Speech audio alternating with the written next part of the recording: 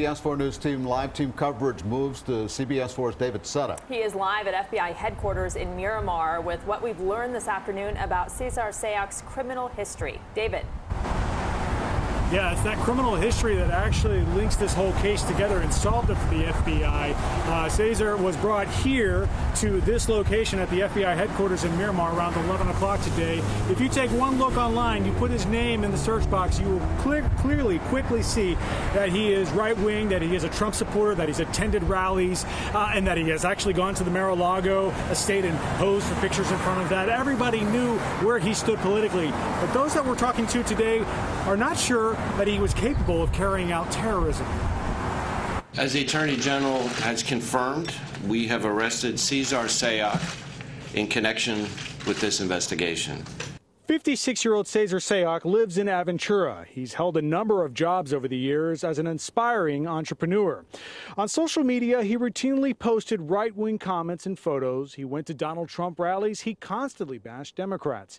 If he drove by you, you could not miss him. His van covered in right-wing stickers. Those who knew him well say he was certainly passionate about politics. Every conversation we ever had rolled right back into politics, no matter what subject it started on. It would always roll around to politics. Justin Humberger, speaking to us by phone, used Sayoc as a business manager a couple years ago. His views are, yes, very Republican and very right-leaning, but it's never come to where he's threatened anybody or an act of violence. He's like, these people should die because of their views or the policies they're instating. Humberger sent us screenshots of texts Sayoc had sent him recently, one featuring a photo of him holding an I voted sticker and making a statement supporting Republican candidates Rick Scott and Ron DeSantis. In another text, Sayoc actually sent a link to a news story about one of the pipe bombs he allegedly sent to a Democratic supporter, George Soros. I don't expect him to have the technical skill to create a device to kill people.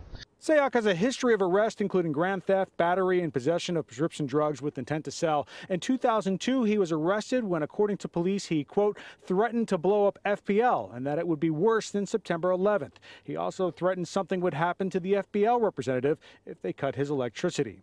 Sayoc was sentenced to 1 year of probation. Ultimately, its fingerprints recorded during those previous arrests that linked him to the pipe bomb packages. Once a fingerprint was found on one of those devices and run, the FBI were on to him.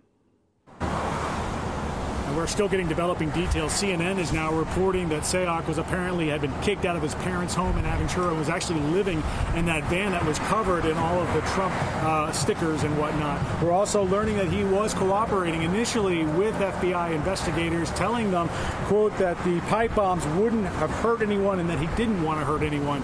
A short time later, though, according to CNN, he stopped FBI investigators and has retained an attorney and is no longer cooperating.